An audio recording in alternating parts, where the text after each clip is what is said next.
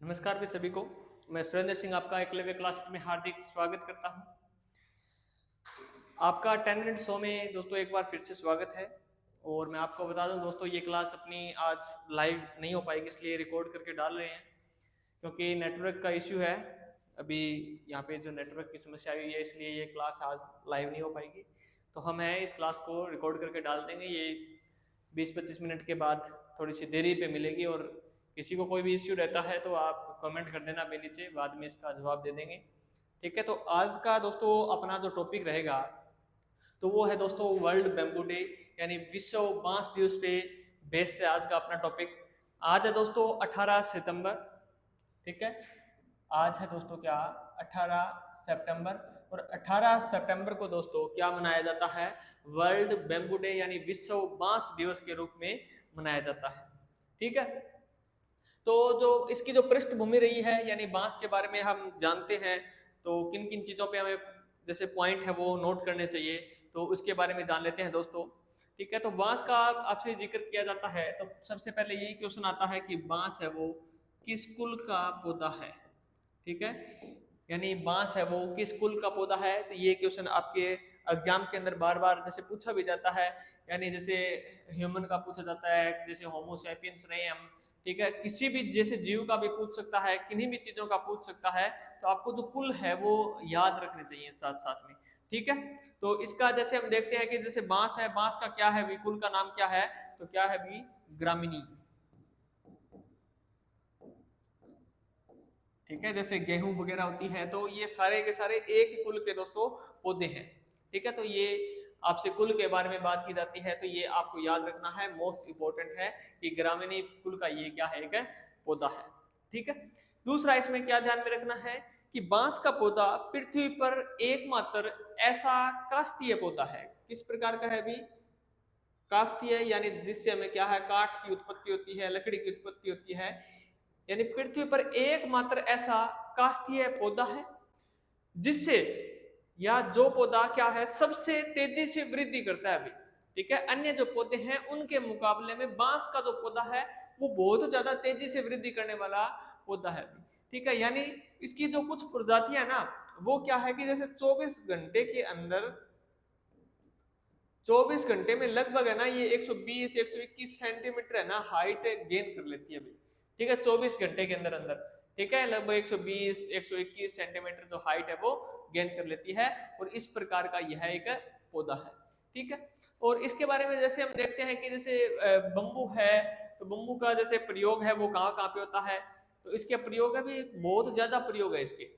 ठीक है, जैसे मतलब क्या है कि कई लोग इसको भोजन के रूप में प्रयोग करते हैं। जैसे इसके अंदर क्या आपको जैसे कार्बोहाइड्रेट वगैरह मिलता है। क्लियर है? ठीक है, दूसरा यहाँ पे क्वेश्चन ये भी पूछा जा सकता है आपके कम्पिटेटिव एग्जाम के अंदर कि जैसे बांस का जो पौधा है वो पेड़ है, घास है, या क्या चीज है, तब आपका जो आंसर रहना चाहिए वो क्या आएगा भाई? जैसे बांस का जो पौधा है वो क्या है, घास की श्रेणी में आता है, ना कि पेड़ की श्रेणी में आता है। ठीक है, किसकी श्रेणी में आता है अभी? घास की श्रेणी के अंदर आता है। क्लियर है यहाँ तक? ठीक है, दूसरा आपसे पूछा जाता है कि जैसे बांस के जो पौधे हैं उनमें जो फूल आते हैं, ठीक है, बांस के पौधों में जो फूल आते हैं वो किस कलर के होते हैं? तो किस कलर के होते हैं अभी? सफेद। ठीक है, सफेद रंग के जो फूल है वो पाए जाते हैं अभी किस पे? बांस के जो पौधा होता है उसके ऊपर सफेद रंग के आपको फूल मिलेंगे भी। क्लियर है? ठीक। दूसरा दोस्तों इसमें और क्या चीज आपको ध्यान में रखनी है, मैंने आपको बताया कि ये कास्ट यह है जो सबसे तेजी से वृद्धि करता है। ठीक है, और इसकी हाइट है लगभग, वो आप मान के चलो दोस्तों कि 18 मीटर 20 मीटर के आसपास तक पहुंच जाती है भाई। कहां तक पहुंच जाती है? 18 मीटर के आसपास तक। ठीक है, अगर इसकी कंपैरिजन हम दूसरे पेड़ पौधों से करें, ठीक है, तो अगर हम देखें कि नॉर्मल कोई पेड़ है और वो क्या कर रहा है कि भी 18 मीटर की हाइट है वो गेन कर रहा है, तो गेन करने में उसको कितना टाइम लगेगा? अभी 18 मीटर का होगा तब तक उसको कितना समय लगेगा? तो लगभग है ना उसको 30 से लेकर 60 वर्ष तक का समय लग सकता है। अभी नॉर्मल कोई भी पेड़ है ना, वो अगर 18 मीटर की हाइट ऊंचाई गेन करेगा, प्राप्त करेगा, तब उसको क्या है 30 से लेकर 60 वर्ष तक का समय लग जाता है। लेकिन यही बात अगर हम देखते हैं कि जैसे बांस का कोई पौधा है तो वो कितना समय लेगा अभी? ये 18 मीटर की हाइट गेन करने में जो बांस का जो पौधा है दोस्तों वो मात्र 59 दिन का समय लेता है भाई। 59 डेज का समय लेता है 18 मीटर की हाइट है वो गेन करने तक में। ठीक है, आया ना समझ में या नहीं आया? क्लियर है या नहीं है? ठीक है, तो ये चीजें आपको ध्यान में रखनी है। कुल आपको ध्यान में रखना है, फूल का कलर कैसा है, ये पेड़ है या घास है, तो ये सारे के सारे क्वेश्चन आपके क्लियर हो जाते हैं। ठीक है, अब इसमें और चर्चा करते हैं थोड़ा कि जैसे विश्व बांस दिवस है, इसके मनाने की जैसे शुरुआत है वो कब हुई, कैसे हुई। ठीक है, तो ये मनाया कब जाता है, तो सबसे पहला क्वेश्चन आपका यही हो गया कि 18 सितंबर को ये विश्व बांस दिवस मनाया जाता है। और विश्व बांस संगठन की जो स्थापना हुई थी दोस्तों, ठीक है, विश्व जो बांस संगठन है उसकी जो स्थापना हुई है दोस्तों वो कब हुई है, तो उसकी जो स्थापना है दोस्तों वो कब हुई थी, 2005 में। 2005 में दोस्तों विश्व बांस संगठन की स्थापना हुई थी। क्लियर है यहाँ तक? ठीक है, दूसरा आपसे पूछा जा सकता है कि इसका जो हेडक्वार्टर है यानी मुख्यालय है दोस्तों वो कहां पर है, तो वो कहां पे है, एंटवर्प बेल्जियम। Antwerp Belgium. ठीक है, एंटवर्प बेल्जियम में दोस्तों इसका हेडक्वार्टर है, यानी जो इसका मुख्यालय की अगर हम बात करते हैं तो वो कहां पर है अभी, एंटवर्प बेल्जियम के अंदर। ठीक है, आगे देखते हैं अभी इसकी शुरुआत है वो जैसे कब से मानते हैं कि संगठन बना था 2005 में, तो 2005 में इसकी शुरुआत नहीं हुई है। ठीक है, ये मात्र एक संगठन बना है। अब देखते हैं कि आगे शुरुआत कैसे हुई, इसकी घोषणा है वो किस प्रकार हुई है, तो इसके बारे में जैसे हम देखते हैं। ठीक है, तो विश्व बांस संगठन है उसने क्या किया, जैसे 18 सितंबर 2009 को, ठीक है, क्या तारीख थी भी, 18 सितंबर 2009 को बैंकॉक शहर में, जो कहां पे अभी थाईलैंड में, आयोजित 8वीं विश्व बांस कांग्रेस, ठीक है, में आधिकारिक रूप से विश्व बांस दिवस मनाए जाने की क्या की थी भी, घोषणा की थी। ठीक है, यानी जो संगठन बना विश्व बांस संगठन है वो कब बना भी, 2005 में। ठीक है, 2005 में। यहाँ पे दो क्वेश्चन आ सकते हैं कि विश्व बांस संगठन है वो बना कब भाई, 2005 में बना, लेकिन 18 सितंबर 2009 को क्या हुआ, बैंकॉक शहर में, जो कहां पे, थाईलैंड में है, वहां पे इसकी क्या थी, 8वीं विश्व बांस कांग्रेस थी। उसमें उसने आधिकारिक रूप से ना विश्व बांस दिवस मनाए जाने की क्या की थी भी, घोषणा की थी। ठीक है, क्या की थी भी, घोषणा की थी। यानी 2009 से हम क्या है, विश्व बांस दिवस है वो मनाते आ रहे हैं। क्लियर है यहाँ तक? ठीक है, अब देखते हैं कि इसके उद्देश्य क्या रहे होंगे भी। ठीक है, विश्व बांस दिवस हम मनाते क्यों हैं, तो क्यों मनाते हैं भी, सबसे पहला आपका क्या है, लोगों को बांस से निर्मित पदार्थों के प्रति लोगों को क्या करना है भी, जागरूक करना। ठीक है, जितने भी जो विश्व के अंदर जितने भी लोग हैं, ठीक है, उनको क्या कर रहे हैं अभी हम, जैसे कोई भी दिवस मनाते हैं, तो कोई भी दिवस मनाते हैं ना, उसका मेनली सबसे पहला उद्देश्य यही होता है कि उस चीज के बारे में हम क्या करें, उसको अवगत करवाएं, जागरूक करें उसके बारे में। ठीक है, यानी जो भी रिलेटेड चीज है, जिससे रिलेटेड हम चीज बना रहे हैं, तो उससे के प्रति क्या करना है, हमें जागरूक करना, यानी सचेत करना कि इन चीजों से हम क्या क्या कर सकते हैं, उसके लाभ हानि वगैरह उनके बारे में हम क्या है, उनको अवगत करवाते हैं कि इन चीजों को हम यूज करेंगे तो उनसे हमें ये लाभ की क्या हो सकती है, प्राप्ति हो सकती है, और इसका अगर मिस यूज करेंगे तो ये हमारी क्या रहेगी, ये हानियां रहेंगी। तो इससे यही अपना क्या होता है, मेन उद्देश्य होता है कोई भी दिवस मनाने का। ठीक है, तो अब हम बांस दिवस मना रहे हैं, तो इसका उद्देश्य क्या है कि जितने भी जो बांस है, बांस ये तो है नहीं कोई केवल खाने के काम आएगा, तो ये क्या, इससे क्या है, विभिन्न चीजें बनती है। ठीक है, तो विभिन्न चीजों का क्या होता है, निर्माण होता है, तो उनके प्रति क्या है, लोगों को जागरूक करना। ठीक है, नेक्स्ट क्या है कि घरेलू उपयोग में आने वाले, ठीक है, जो रोजमर्रा के जो उत्पाद है उसमें बांस का उपयोगिता को क्या देना, बढ़ावा देना। ठीक है, यानी घर गृहस्थी के अंदर जो भी हम चीजें यूज कर रहे हैं, जैसे कोई बर्तन वगैरह यूज कर रहे हैं, कोई और चीज जैसे बैठने का सामान है, जैसे चेयर वगैरह यूज कर रहे हैं, तो उसकी जगह हम है ना दोस्तों बांस से बनी हुई चीजों का भी प्रयोग कर सकते हैं। ठीक है, तो उनको क्या देना, बढ़ावा देना, क्योंकि जैसे बांस से निर्मित जो चीजें होंगी वो क्या होगा, एज कंपेयर टू जैसे दूसरी चीजों से बनी हुई वस्तुएं देखेंगे तो उनसा एक क्या होगा कि सस्ती पड़ेगी वो। ठीक है, कॉस्टली नहीं होगी ज्यादा। ठीक है, ज्यादा कॉस्ट नहीं आएगी इस पे, तो ये क्या रहेगी, हमारे लिए लाभदायक रहेगी। इसीलिए क्या है कि घरेलू जो भी सामान होगा उसमें बांस से निर्मित जो वस्तुएं होंगी उनको क्या देना है, हमें बढ़ावा देना है। क्लियर है?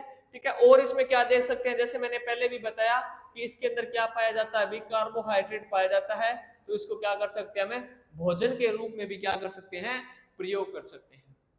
क्या कर सकते हैं, अभी भोजन के रूप में प्रयोग कर सकते हैं। दूसरा, जैसे हमने ड्रिप सिस्टम देखा होगा, जैसे कृषि जैसे कोई खेती बाड़ी करता है उसको पता है कि ड्रिप सिस्टम क्या होता है, कि बूंद बूंद सिंचाई अभियान के अंदर भी क्या किया जाता है, बांस का प्रयोग किया जाता है। ठीक है, तो आप लिख सकते हो जो ड्रिप सिस्टम होगा एग्रीकल्चर के अंदर, उसमें भी क्या किया जाता है, अभी बांस का क्या किया जाता है, प्रयोग किया जाता है। क्लियर है या नहीं है? ठीक है, दूसरा क्या, हम काठ के रूप में भी, काठ के रूप में भी क्या करते हैं, अभी बांस का प्रयोग करते हैं। क्लियर है? ठीक है, यहां तक आ गया ना समझ में। दूसरा जैसे हमारा हिंदू धर्म के अंदर क्या करते हैं कि हम बांस को जलाना क्या मानते हैं, अभी अपशगुन मानते हैं, क्योंकि हिंदू धर्म में बांस है वो कहाँ पे जलाया जाता है कि किसी भी व्यक्ति की अगर मृत्यु हो गई तो उस टाइम है वो बांस का क्या किया जाता है, प्रयोग किया जाता है, वहीं पे हम क्या करते हैं, बांस को जलाते हैं। इसीलिए हिंदू धर्म के अंदर बांस को जलाना क्या माना जाता है, अभी अपशगुन माना जाता है। ठीक है, आ गया ना समझ में। ये चीजें हैं, यानी घरेलू की जो सामान की जो चीजें हैं, जैसे ये प्रकार के जैसे मेज, जैसे मुड्डा वगैरह है, या शिल्प की वस्तुओं के अंदर भी, ठीक है, ये भी लिख सकते हो। शिल्प की जो वस्तु हैं उनमें भी बांस का प्रयोग किया जाता है।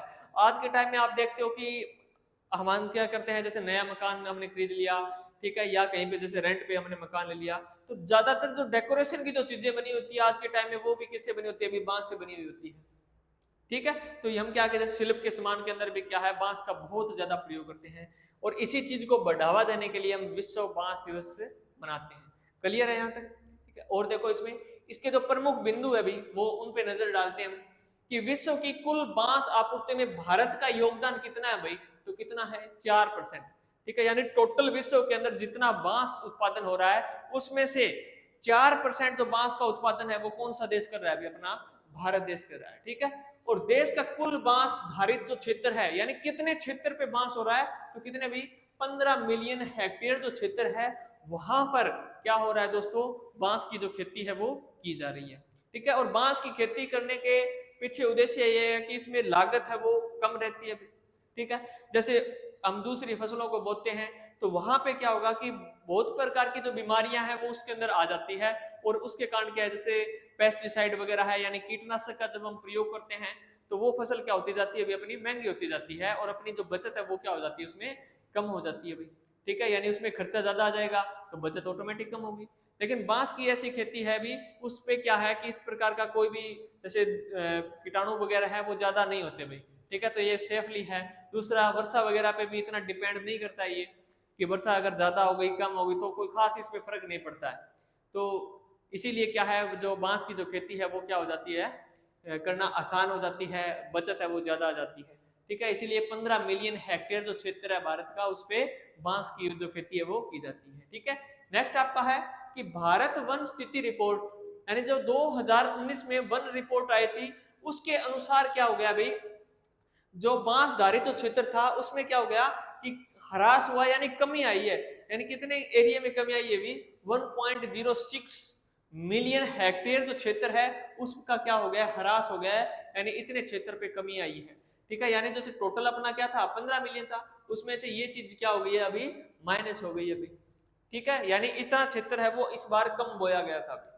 ठीक है, यानी जहां पे बांस की खेती है वो कम की गई थी, और ये किसके अनुसार हम कह रहे हैं अभी, जो वन रिपोर्ट क्या आई थी 2019 में आई थी उसके अनुसार हम ये बातें कह रहे हैं। ठीक है, नेक्स्ट देखते हैं कि भारत में पाई जाने वाली प्रमुख बांस जो प्रजातियां हैं वो कौन सी अभी, अर्डुनिरिया, बम्बूसा, चिमोनोबामुसा, डेंड्रोक्लामस, डिनोकोला आदि, ये अब भारत के अंदर पाए जाने वाली बांस की विभिन्न प्रजातियां हैं।